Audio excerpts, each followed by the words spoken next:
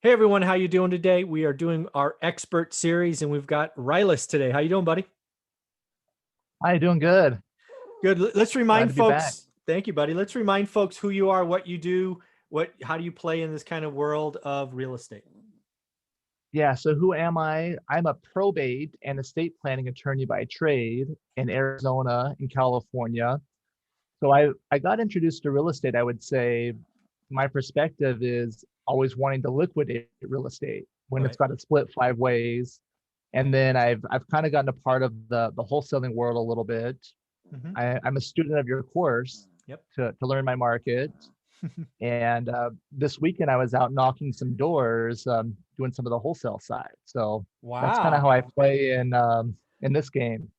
Wow, this is going to be fun to watch you evolve because I think you do have a unique background experience, and it's going to be fun to watch you kind of grow over the next 10 years in real estate. But what I want to do today, because of your experience as an attorney, I want to just have an honest conversation about legacy wealth. Let me set it up and we'll kind of go wherever you want. I want to talk about what legacy wealth is, kind of from your perspective, my perspective, talk about people who are doing the work today to set it up. And then at some point, we're going to transition because I know you as an attorney likely have experience witnessing second, third generations of true legacy wealth. Does that sound like a plan?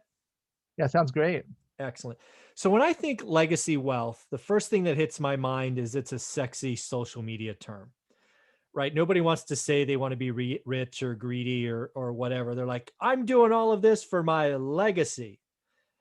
And sometimes they go, legacy in my kids, but when I think legacy wealth, it's multi-generational. So in your perspective, when you hear that term, what do you think of today when you see it in practice because people come to you? What does it look like? What does it feel like? I'd love to get your experience.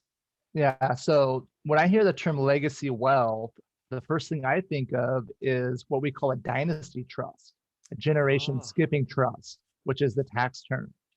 So to me, as a tax attorney, as an estate attorney, legacy wealth means that you provide that you transfer all of your assets in a way that's tax efficient, so you can avoid income taxes, estate taxes, and in a way that provides protection to your beneficiaries, your children.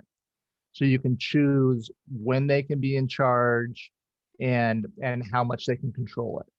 and what was the name of So that again? I've not heard that term. What kind of trust? the tax term is called a generation skipping. It's called the GST, generation skipping transfer tax. Oh, okay.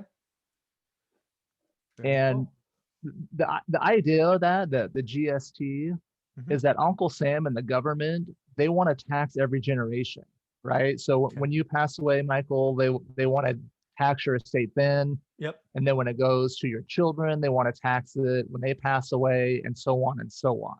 Hmm. So what a generation skipping trust does is it's a vehicle that once it's funded, it's no longer subject to the estate taxes. So it's a way to get money, I don't know, kind of off the board, if you will, off the estate tax board. Interesting.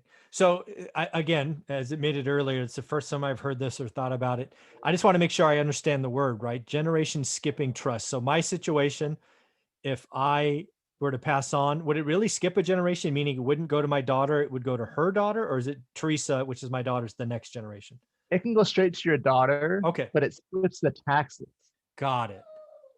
So as long as I've been doing this, the GST exemption has always been the same amount as the estate tax exemption.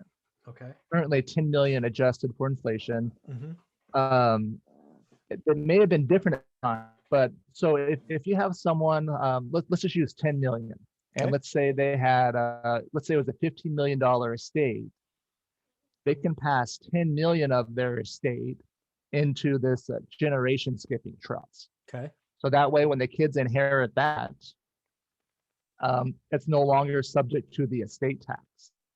So Hmm. during the kids' lives, that 10 million can grow to 20, and it doesn't matter what the estate tax is when they pass away because it's not subject to the estate tax system. It's Interesting. already it's already out. Interesting. So Okay. When does somebody set something like that up? Is it when they're at that 10 million mark? Do they do it in their 50s and 60s? Or are people doing that early? I mean, it's just fun to think about. When do they do that? yeah, so they obviously before you die, before it's too late, right, while you Yep. still have capacity, Yep. because people always want to know, like, when do I have to do this by? So that's my answer, Yeah. before it's too Before you late, die. Yeah. I like that. and or before you lose it. Um, I I start to recommend, we call them a dynasty trust, Okay. is what I call I these. like it. And whenever a single beneficiary is going to inherit more than a half million, Mhm. is when I start looking at this. Oh, there you Meaning go. it's going to be lasting money. So someone's going to receive an inheritance, maybe they pay off some debts and other things. If there's still going to be a chunk there, then I like to keep that chunk protected. Now, here's the way I bring this up, the way I explain Dynasty Trust, I like to ask people if they've seen the movie Fight Club. So Ah, have you seen the I Fight have. Club? Yes. Whether they've seen it or not, it's always even if they haven't seen it, they're like, well, what are you talking about? Yeah. Well, what's the first rule of Fight Club? Yeah. You don't talk about Fight Club. Exactly. So asset protection's kind of like that. Interesting. Asset protection, if you're saying, right, let's, help me put my money somewhere where no one can touch it, where if I owe someone money, can't reach my money. That goes against public policy, right? Hmm. It sounds bad and shady. But if you said, hey, Rylas, help me plan so I don't pay taxes, that's perfectly acceptable. So I've been doing these dynasty trusts for a long time, but I do them more so for the asset protection planning. Got it. Because we can't say that we're doing this for asset protection. It doesn't say that in the trust. Right. Because you don't want to say that you're doing it for that reason, but we're doing it for tax planning.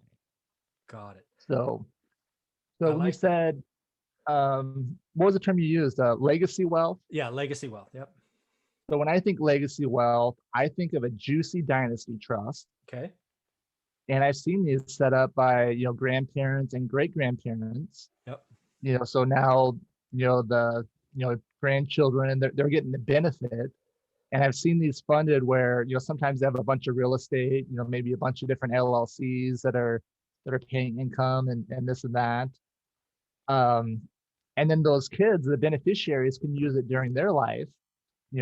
These are a lot of the families I see. It's interesting being an estate attorney, because I get to look at everyone's finances, Yeah. and they tell me all their secrets, and I get to know the family at a deep level. And it seems like, one of the ways that people get rich, one is if they have it, right, the lasting family money Hmm. is one of those ways. So I guess it's kind of opened that world up to me. I've seen there's a lot of these families where they have a trust like this, and it will pay for the kids to go to college and medical school. It'll buy them a house, and then they return the favor. Since the trust hooks them up early in life, Yeah. then they usually do good during their careers, and they can keep doing the same thing for their children and grandchildren. Interesting. So again, so legacy wealth does happen. You've seen multi generations, 3, 4, 5 generations. And again, is it fair to say that the same asset granddad had, say he bought a house or a strip mall or whatever it was, is that the kind of same thing 5 years later, or like, in the middle, can dad kind of sell that off 1031 into something bigger? I mean, does stuff come out, go back in, or like, is it locked in? Into the dynasty trust. Yes. So you can't. So if your parents created a dynasty trust for you, Hmm. you can't add things to it, You can or but cannot. cannot. Okay. You cannot. But you can change the nature of the asset, right? So you can, yeah, sell a Oh, property okay. and then 1031 into another property, or sell it and then hold cash. Okay. Now, I'm paying attention to basis conversation, right? Yep. There's some talk about eliminating the in basis. Mm-hmm. because that's a big part of the estate planning. Because in the different trusts, usually you get a step up in basis on the death. Yeah. So the assets step up to the fair market value at date of death. But sometimes certain trusts do not step up in basis. There's some trusts where pending, some trusts have other benefits, but they do not get a step up in basis. Mm-hmm. So that's part of the conversation. Sometimes we're looking at the assets inside, saying, all right, what's the basis? Can we sell these, or do we got to figure out a way to get a step up in basis? Mm-hmm. Yeah, one of the things I know I wanted to ask you about the step up in basis, again, because of your experience as an attorney, been doing this for a while, multi-generational. The thing I'm worried about is, my fear as somebody who owns it, right? I don't have the experience, just the fear of owning it and hoping to pass some to my daughter, is the stepped up basis would essentially allow her to keep the asset. I'm afraid, and maybe I shouldn't be, but I'm afraid that if the step up basis isn't there, and she gets hit with this huge capital gain, she'd probably be forced to sell a few things. Is that a fair concern, or am I overthinking it? I would say you're overthinking it at this point. I guess for two different reasons. So one, we don't know if it's passed yet, and then two, if it does pass, we have tricks. There's ways where you can. There's strategies where you can sometimes swap assets out and get a step up in basis. Or can you give me a for example? No, I'm not very good at those. Okay. So Pace just went to a mastermind. Yep. And a high level one. I think they talked about some of those topics. Okay. But his mind was blown, and it's again, it's the estate tax. I think it's always been viewed as an optional tax. Right. Where with enough planning, Mm-hmm. you can really minimize the taxes. So if we do get something drastic where they eliminate step up in basis, then I think we'd look at other strategies. But it could change things some, where how you hold your portfolio, right? If she, because you're part of the reason to hold long term is so that you can get that step up in basis, right? Right. Appreciate during your life, save income taxes, and then let it step up in basis when you pass away. Right. Yeah. The other thing I want to talk about, again, legacy wealth and all of that is, I don't know if you've had this. I guess this is something I look at is, you're a grandpa and you made a lot of money, and your intention is to see that help 3, 4, 5 generations. My suspicion is estate planning is vital to make that happen, versus if you don't do it, right, it goes through one generation, maybe two, and it's all gone because of taxes and just loosey-goosey spending, and, granddad's hard work is gone. Is that fair, that really estate planning makes that happen because you can control when money's accessed? Yes, definitely. So I've seen a lot of families where they don't do the planning and they have significant assets, maybe like a $5 million estate, but they think estate planning is only for rich people. Mm-hmm. It's like, what do you think people consider you? But yeah, some people just have this mentality that they're never there, right? That's always like the next step. Oh no, it's like that's Yeah. the rich guys need that. Okay. And whatever their assets are at. But yeah, without planning, you can see where, if they don't appoint someone to be in charge, if there's not clear how the estate was to be distributed, Mm-hmm. Especially with real estate. I see families where they start, maybe they add one kid to the owner of another house, they give a house to another kid. It's just kind of loosey-goosey. And then they pass away and it's unclear what the wishes are. And they end up in probate, which is extra fees. And then the kids end up fighting it out. Mm-hmm. And the lawyers end up with all the money when it's over, after the dust settles, 2-3 years later. Yeah. I'm curious if you can answer this question, and if you can, I totally get it. But let's just take that 5 million example. There's an estate for 5 million. They were loosey-goosey. They did nothing. They had 4 or 5 kids. None of the kids get along, different relationships, whatever. I mean, how bad could it be, right? They mom and dad both pass on the same day, so we can remove that issue. And it's just supposed to go to the kids. I mean, could this be in probate for months, if not years? Could they lose potentially half to fees and taxes and all of that. I mean, how bad could it get if they don't get along and they just keep, fighting it out? Yeah. So as far as probate, Arizona probate, our probate's not as bad as California. Hmm. California, it's based on the percentage of the total amount of assets, Hmm. and they don't subtract the mortgages. So in California, you could have $1 million house with a $900,000 mortgage on it, but they're going to look at that $1 million value Oh for my the fee. God. Yeah, so Wow. that's where. So in those cases, the probate can be pretty devastating if it's Yeah. there's a lot of leverage in assets. Then it could be that, yeah, the probate fees could even exceed the equity there. Yeah. That's what I was going for. I mean, there are some real big downside. And there's a problem in California with what I'll call like a basic probate.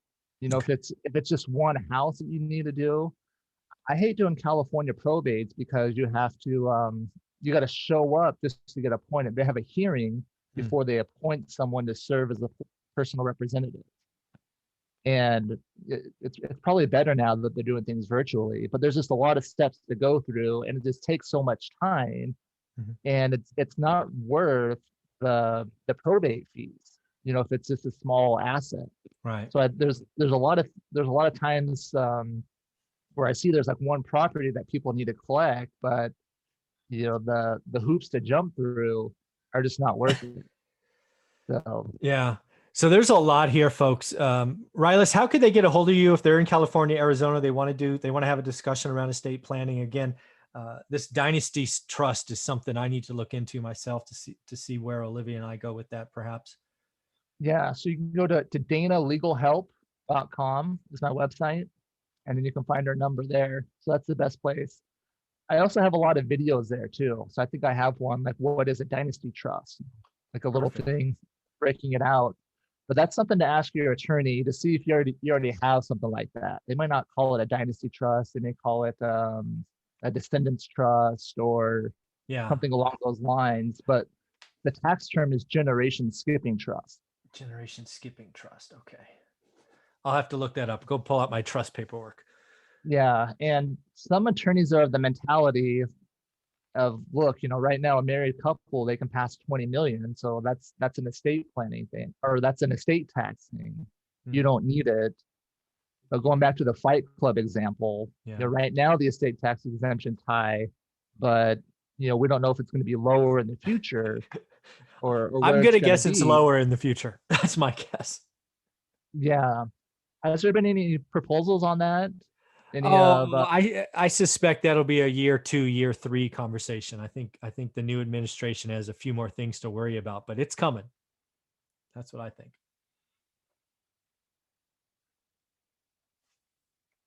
We lost your sound.